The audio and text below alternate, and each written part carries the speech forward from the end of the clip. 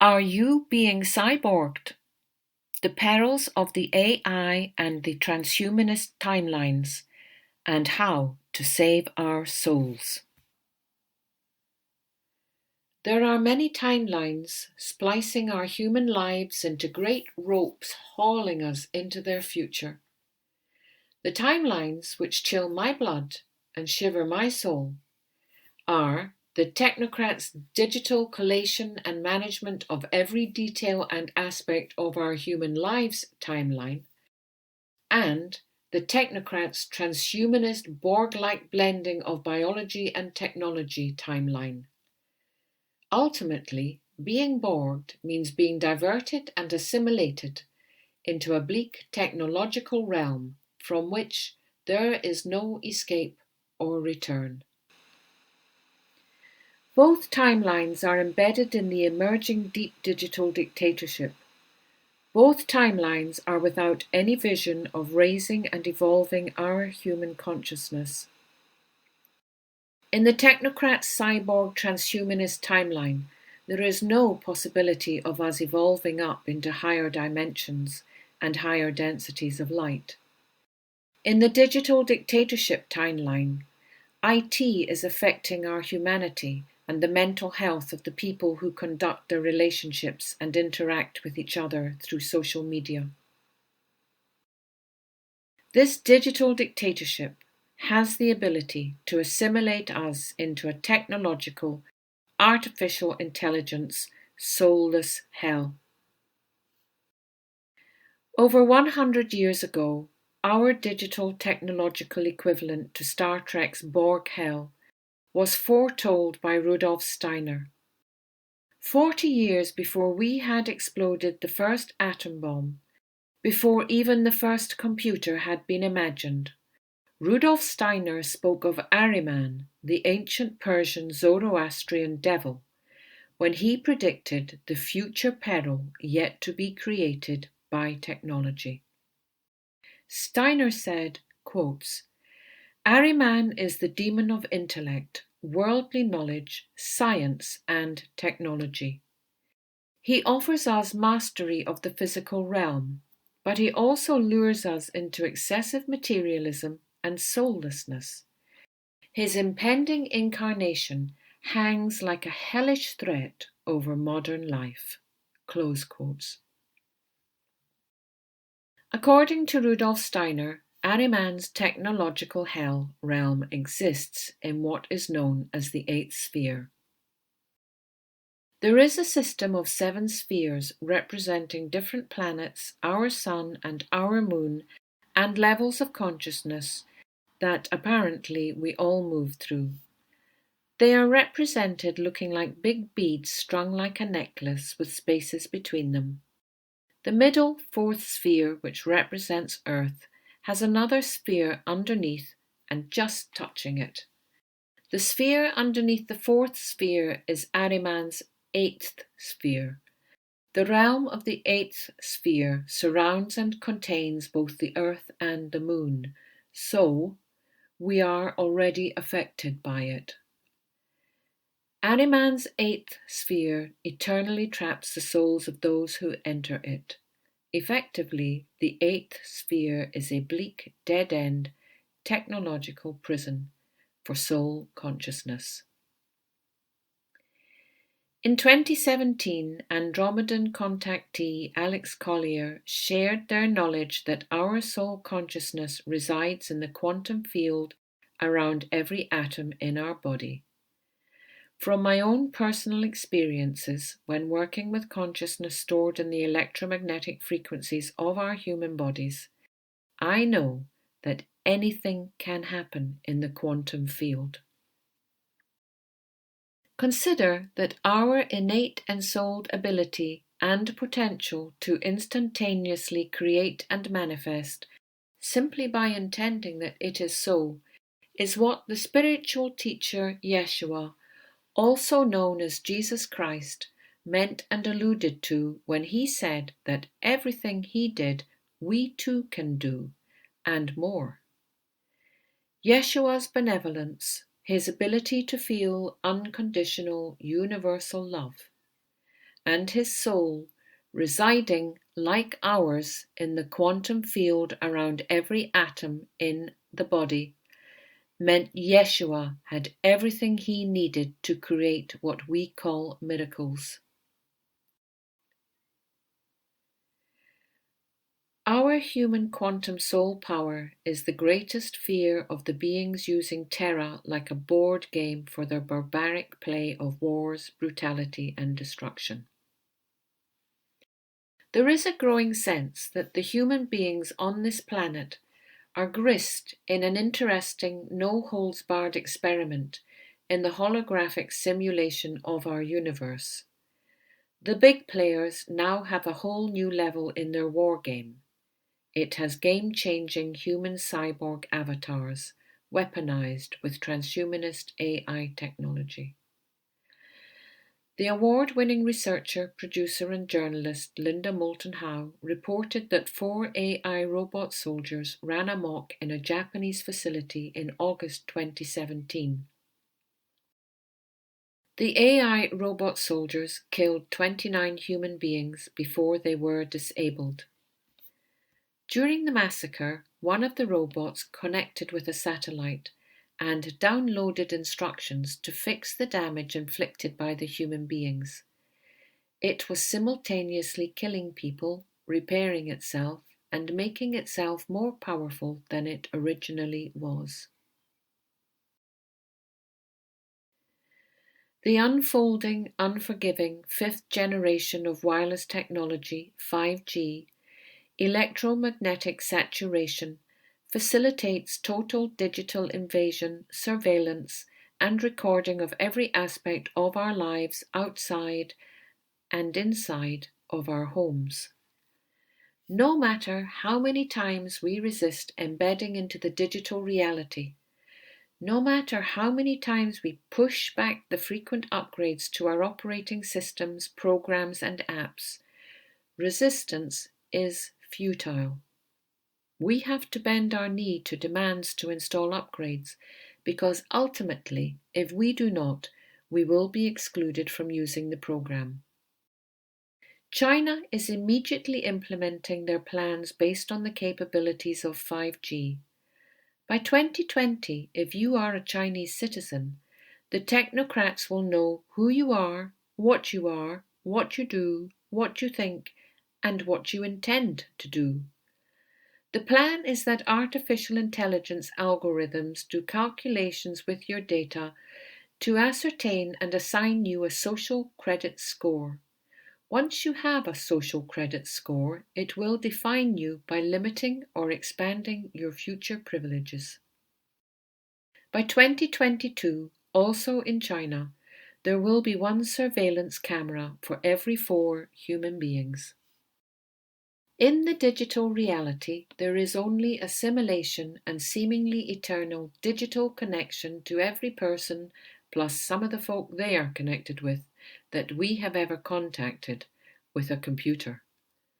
There's also our entire email history, as in tens of thousands of old deleted emails, instantly downloaded into the mailbox of new computers. It's effectively contamination and control by a parasite which is digitizing human lives. Ultimately, what forces benefit and why? Many human beings are being absorbed and assimilated into Ahriman's hell simply by virtue of embracing IT, social media, and I think this may be the really big one re 5G, linking all their different IT devices to each other. The most important marketing feature of 5G is that it has a huge capacity to communicate everything to everywhere at an incredible speed. It's how we can have driverless cars and trucks. Everybody who is being assimilated is tolerating the digital artificial intelligence surveillance, management, and direction by algorithm of their human life. For over 15 years, we have been breathing in nanobots seeded in the chemtrails in our skies. Once inside us, they activate little legs which anchor this microscopic technology in our bodies. Nanobots can be and are remotely controlled. It is possible that our bodies are already primed for assimilation. On a different level to the subatomic and cellular levels inside our bodies, our physical body is also a coalescence of electromagnetic EM frequencies. We hold information about our thoughts, feelings, and experiences in our EM frequencies.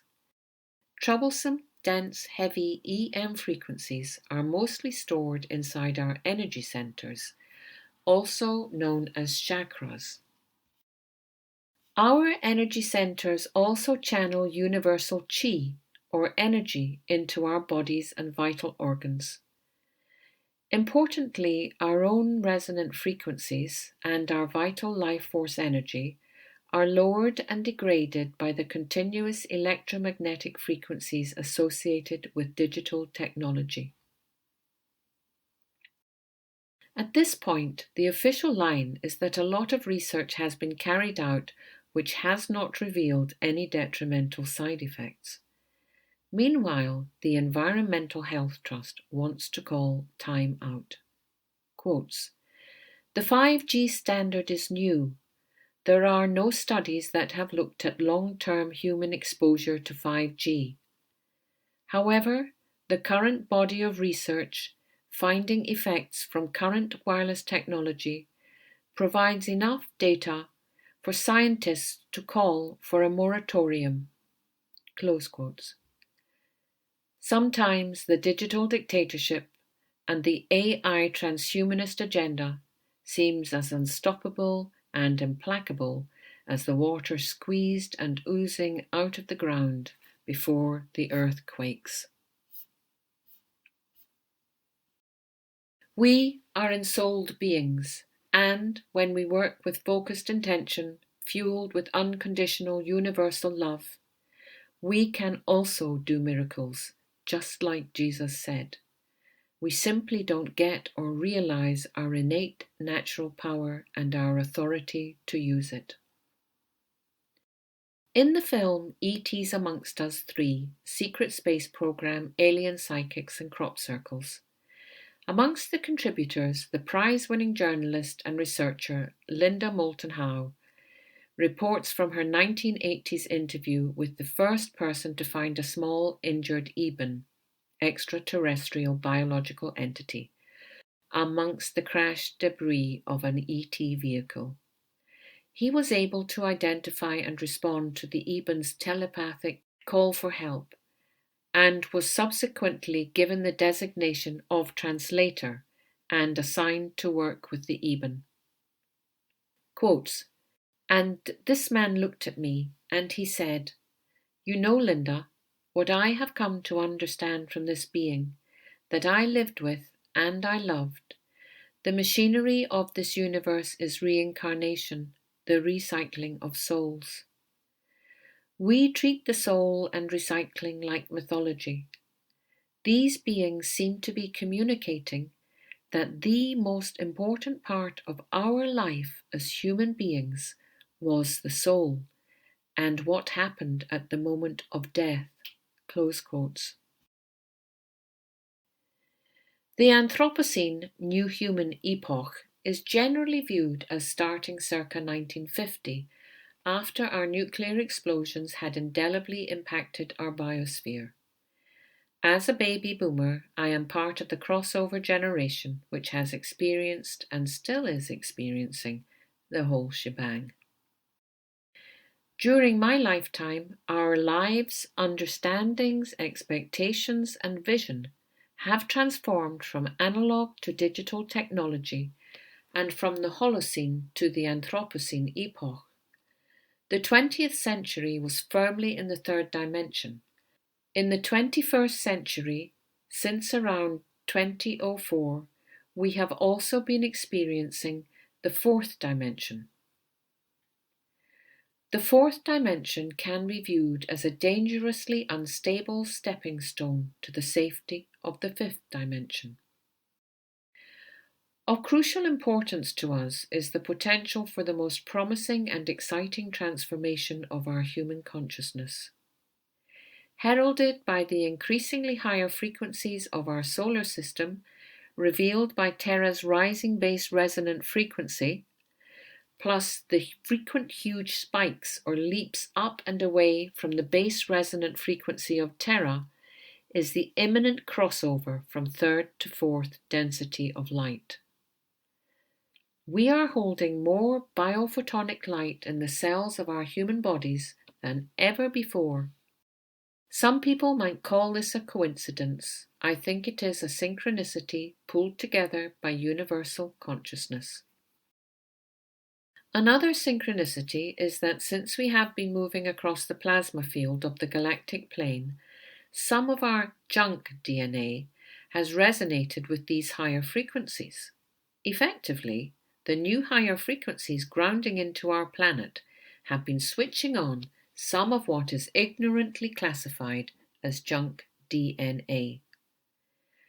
Accessing more of our DNA is part of the great frequency upgrade introducing us to a higher dimension, and perhaps most importantly, the fourth density of light.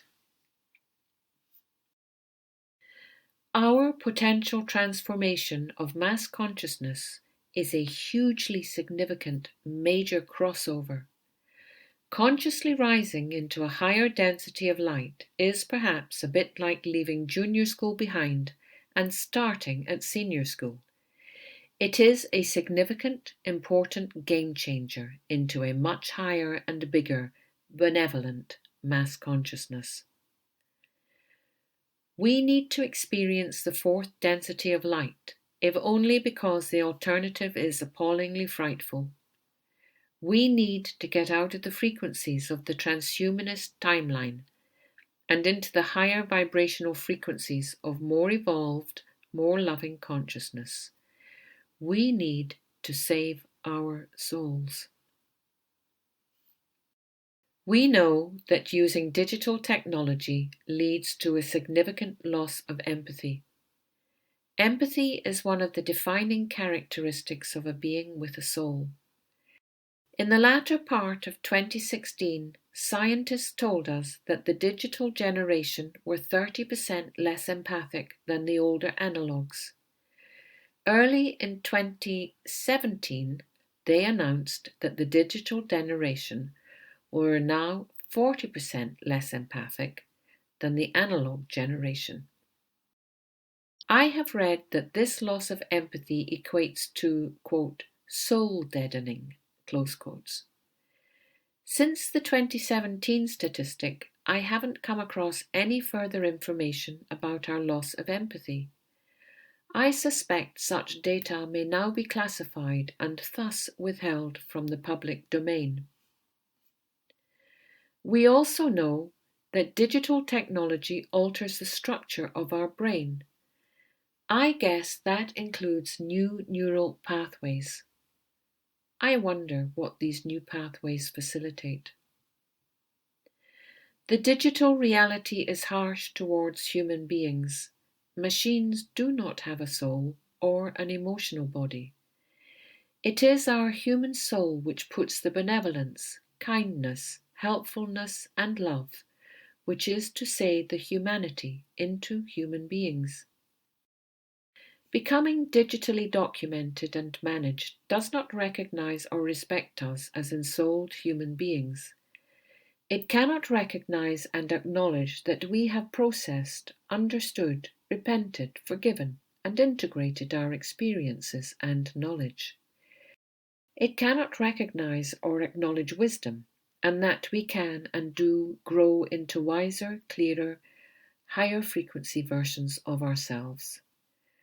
We only find this kind of detail in the Akashic records, where every thought, feeling, and intention, everything that we have done, and everything which has ever happened to us, is recorded. Staying in the technocrats' transhumanist timeline means that AI and performance-enhancing technological implants blended into biological bodies will effectively imprison and possibly even atrophy the souls on Terra. The worst case scenario is that our souls eventually become vestigial components of the historic Holocene Terran human being. According to the Andromedans from the Andromeda constellation in the fifth density of light, through their contactee Alex Collier, who have this on good authority from galactics from higher dimensions and densities of light than theirs, our souls were created before this universe even existed. We have also learned from others who have been contacted by or channel galactic civilizations. And we have learned from crashed galactic vehicles which only function when connected with their individual pilot's consciousness. We know that high frequency, high density of light consciousness can instantly, effortlessly manifest whatever it needs or wants. These higher frequency galactic civilizations exist in different higher densities of light than we do. They also live for many hundreds, some of them thousands, of years. This should be our future. If we all urgently and simultaneously use our soul power and intention together, it still could be. But we can't hang about. We must act. It seems we are primed and ready for the technocrats' transhumanist and digital dictatorship timelines, and the timeline for the integration of ensouled humans into the fifth dimension in the fourth density of light. How do we determine whether we are sidelined in the soul-destroying technological purgatory of the eighth sphere, or we integrate with more of our higher self in a different, higher frequency bandwidth of consciousness? Whether or not each of us makes a conscious choice, what we actually do determines our future. We are blessed with enormous creative abilities. Our souls give us potentially unlimited power to materialize our reality of choice. Circa 2019, is there any other viable challenge to the technocrats using human bodies to create cyborgs and artificial intelligence managing and controlling humanity on Terra than the collective power of our human soul's quantum consciousness? I don't think so. Consciously, simultaneously, pulling together and synchronizing our meditations for integration with the higher frequencies of the fifth dimension, that's a plan. And we need a plan to avoid or at least screech to a halt before assimilation into the eighth sphere. It is late in the day and we have travelled further than we realise along both of the technocrats' timelines. When we synchronize with other people and regularly work to integrate our frequency into the fifth dimension, we strengthen the effects of our intentions. Our thoughts and feelings affect our mass consciousness and create the reality we experience. Integrating with the fourth density of light needs the same kind of dedication and repetition that ambitious athletes practice when they want and intend winning medals at the Olympic Games. I have found tremendous things can happen when I simply apply myself over and over again. We don't have to hit the heights each time. We simply need to show up, be present, and get on with it. Repeatedly. Being continuously conscious of the power of our thoughts and feelings helps us to correct and steer our course through this reality.